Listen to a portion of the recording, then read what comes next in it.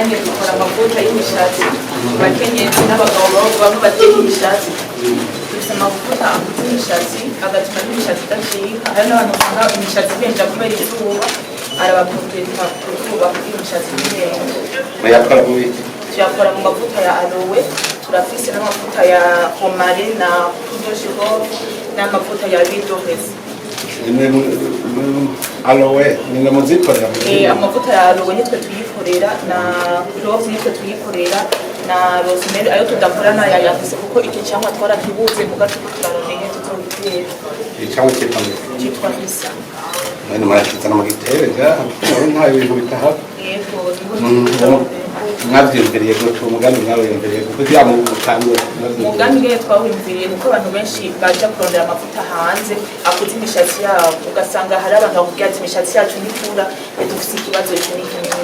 rero nagize amarecherche ndavuga none ko kino mu Burundi tutoniza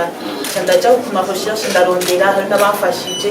kugira turonke formule ndakora formule ikora amavuta kandi ikiza cyayo nuko ari 100% naturel atamaproduction karimo mbona kazoza nayo kuko zidandaza isi yose nk'uko twaratanguye muri Kongo aragenda hari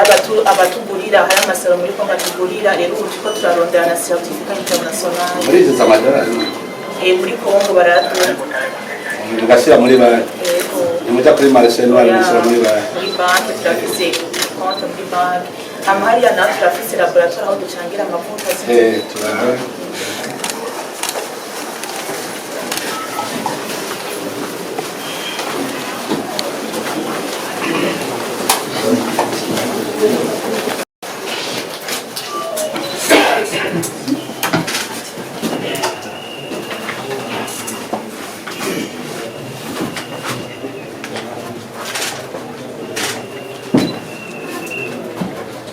turagerageza tukaraba umunzani kugira ntiwihende kuko iyo wihenze uca usanga hari amavuta tugize menshi